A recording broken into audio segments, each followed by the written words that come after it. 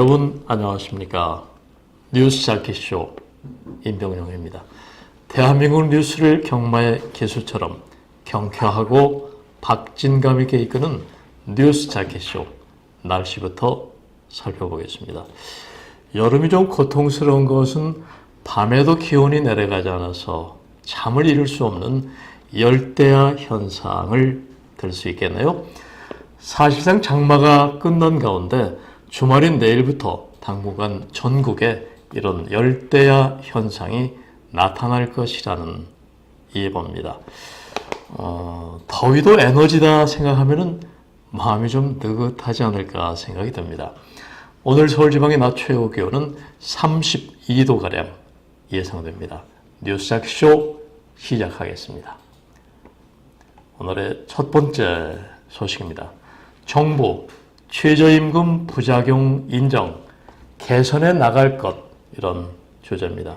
홍종학 중소벤처기업부 장관은 최저임금 인상과 관련해서 우리가 생각했던 것보다 부작용이 먼저 드러나고 있지만 서민경제에 돈이 돌게 하는 정책은 끊임없이 추진하겠다고 말했습니다. 문재인 대통령의 싱가포르 순방을 수행하고 있는 홍 장관은 기자 간담회에서 현재 최저임금 정책은 자영업자나 중소기업에 도움이 될 것이지만 지금은 속도가 맞지 않아서 돈이 돌기 전에 부담이 커지는 상황이라고 이같이 밝혔습니다. 홍 장관의 부작용 발언은 이날 기자들이 최저임금 문제 해결을 묻는 질문에 답하는 과정에서 나왔는데 최근 최저임금에 대해서 중소기업 자영업자의 반발이 높아지는 가운데 홍 장관도 이를 일부 인정한 것입니다. 다만 홍 장관은 문재인 정부의 정책 기조 유지를 계속해야 한다는 데는 이견이 없다고 주장했습니다. 그는 한국 경제가 저성장 또 양극화 국면에 들어간 이유는 서민 경제에 돈이 돌지 않아서 했다면서 소득 주도 성장은 서민의 지갑을 빵빵하게 해서 돈이 돌게 하겠다는 것으로 정책의 취지를 이해해 줬으면 좋겠다고 강조했습니다. 상당히 그 사회 이슈가 되고 있고 사실 여러 면에서 개선이 필요하지만은 그 기조를 유지한다는 그런 정부 입장이었죠. 뉴스자켓쇼 두 번째 순서입니다. 문 대통령 올해 안에 종전선언이 정부 목표, 이런 주제입니다. 문재인 대통령이 남북 정상의 판문점 선언에서 합의한 대로 올해 안에 종전선언을 하는 것이 목표라고 거듭 밝혔습니다. 싱가포르 신문 더 스트레이트 타임즈와 인터뷰에서 문재인 대통령은 올해 종전을 선언한 것이 우리 정부의 목표라고 강조했습니다. 시기와 형식에 대해서는 북한, 미국과 긴밀히 협의해 나갈 것이고 남북 또 북미 간 추가적인 협의도 지속되고 있다고 덧붙였습니다.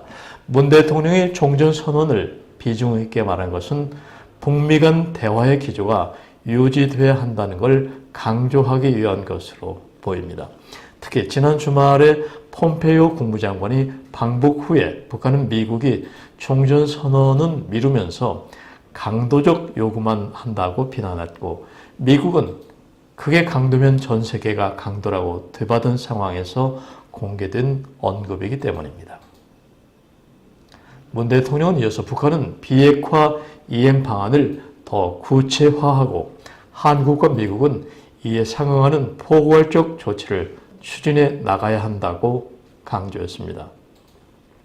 또 주한미군 철수 여부를 묻는 질문에는 주한미군은 한미 동맹의 문제지 북미 간 비핵화 협상 과정에서 논의될 의제가 아니라고 거듭 못 박았습니다. 뉴스자켓쇼 세 번째 순서입니다. 삼성 하반기 채용 늘린다, 이런 주제입니다. 삼성전자 등 주요 대기업이 문재인 대통령의 일자리 확대 요청에 화답해서 하반기 신규 채용을 늘리기로 했습니다. 권오현 삼성전자 부회장은 대한상공회의에서 열린 일자리 15대 기업 초청 정책 간담회에서 신정부가 추진하는 일자리 창출을 통해 경제 발전에 도움이 되도록 기업인들이 노력하겠다고 밝혔습니다. 권 부회장은 간담회 후에도 일자리 창출에 대해서 이견이 있을 수 없다며 좋은 일자리 창출을 위해 많은 노력을 하겠다고 강조했습니다. 하반기 채용을 확대하겠느냐는 기자 질문에도 그렇게 하겠다고 답했습니다. 삼성전자는 구체적인 채용 계획이 확정되지는 않았지만 2분기에 사상 최고 실적을 낸 반도체 또 디스플레이 부문에서 채용을 확대할 것으로 관측이 됩니다. 황창규 KT 회장도 일자리 창출에 공감하면서 하반기 4,000명 채용 계획을 밝혔습니다. 상반기 채용은 6,000명을 포함하면 올해 10,000명을 채용하게 됩니다. 박성욱 SK하이닉스 부회장도 양질의 일자리를 창출하겠다는 뜻을 밝혔습니다. 뉴스타크쇼 네 번째 순서입니다. 한국당 비대위원장 김병준 유력 이런 주자입니다. 자유한국당은 어제 혁신비상대책위원회 후보로 김병준 국민대 명예교수, 김성훈 의원, 박찬종 변호사, 이용구 당무감사위원장, 전희경 의원을 선정했다고 밝혔습니다. 안상수 혁신비대위 준비위원장은 국회의원 원외 당협위원장 국민을 상대로 추천을 받은 결과 150명 후보군을 선정했고 실무진 세부 검토 또 준비위원회 난생 토론을 거쳐서 후보자를 압축했다고 말했습니다. 김병준 명예교수는 노무현 정부 시절 청와대 정책실장 또 교육부총리 등을 역임했죠. 당 관계자는 김 교수가 비대위원장에 추대될 가능성이 크다고 말했습니다. 안상수 위원장은 김 교수가 당 정책 쇄신을 통해서 총체적 이념의 지평을 넓혀줄 것으로 기대한다면서 이분을 추천한 분이 많았다고 전했습니다. 한국당은 17일 전국위원회에서 투표로 비대위원장을 선출할 가능성도 있다고 안상수 위원장은 밝혔습니다. 이번에는 뉴스 제목의 힘, 제목 뉴스 1, 2, 3, 4, 5입니다.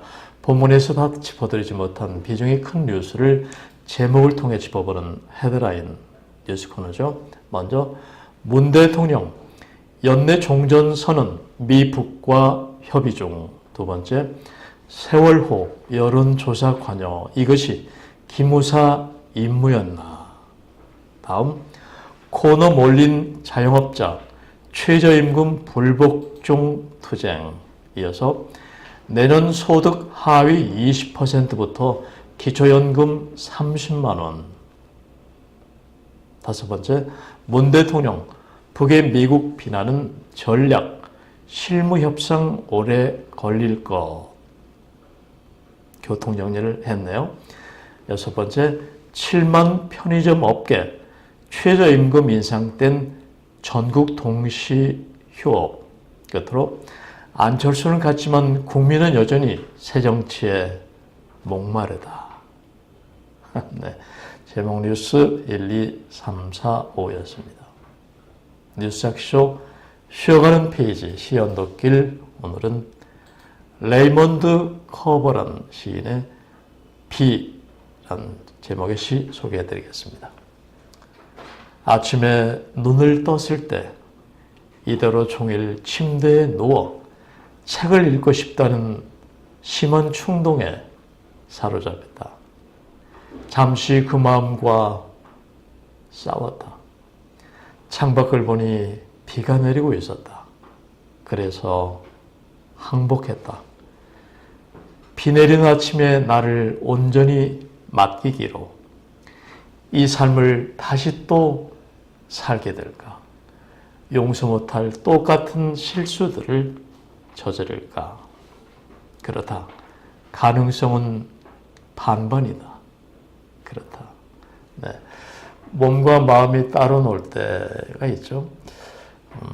아주 제가 어렸을 적에 겨울철 어머니는 지금 뭐 90이 넘으셨지만은 한겨울 5시 넘어서 해가 저물면은 저녁 짓지 않고 이대로 잤으면 좋겠다. 그런 얘기를 들었는데 바로 이 시를 보면서 그런 생각이 떠옵니다. 아침에 눈을 떴을 때 따뜻한 침대에서 일어나기 싫은 거는 이제 겨울철에 느끼게 되죠. 내 의지대로, 내 몸대로 생각과 몸이 따로 놀 때 그런 이미지가 이 시에 잘 담겨져 있습니다. 레이몬드 커버 시인의 비란 제목의 시 소개해드렸습니다. 시의 언덕길 코너였습니다. 이번에는 생활 뉴스, 오늘은 세 가지 아이템을 준비했습니다. 먼저 기초연금을 받는 노인들이 오늘부터 이동통신 요금을 최대 월 11,000원 감면받습니다. 나이 드신 분들 기분 좋은 뉴스네요. 과학기술정보통신부 또 보건복지부는 오늘부터 기초연금 수급자를 대상으로 이동통신 요금 감면 제도를 시행한다고 밝혔습니다. 청구된 이용료가 22,000원 미만이면 50%를 감면받게 됩니다. 지금 요금이 한 3만 원 정도 나온다면 2만 원도 채 내지 않겠네요. 주민센터에서 기초연금 신청과 동시에 이동통신 요금을 감면받을 수 있고 또 이동통신사 대리점이나 통신사 고객센터 온라인 사이트를 이용할 수도 있습니다. 두 부처는 해당 노인들에게 안내문자 메시지를 발송해 한 번만 클릭하면 전담 상담사와 연결되도록 할 방침입니다.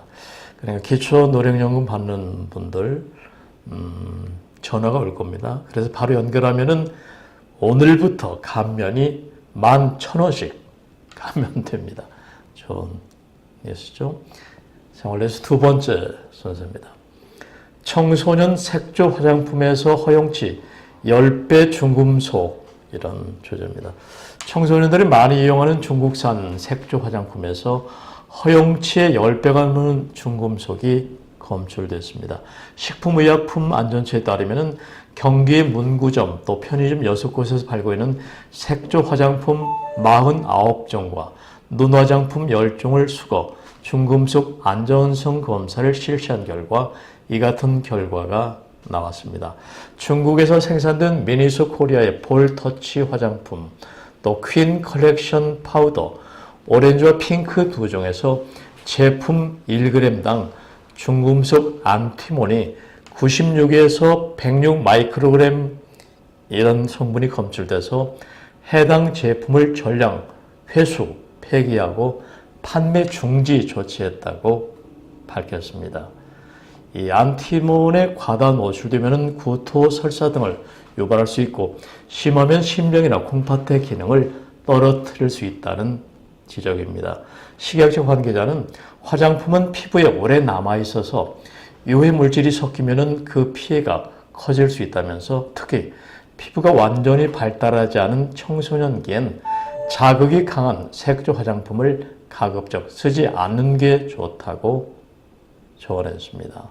남학생들은 그렇지 않은데 가끔 중고등학교 주변에서 보면 이 학생들이 입술에 빨갛게 칠하고 다니는 걸 볼 수 있었어요.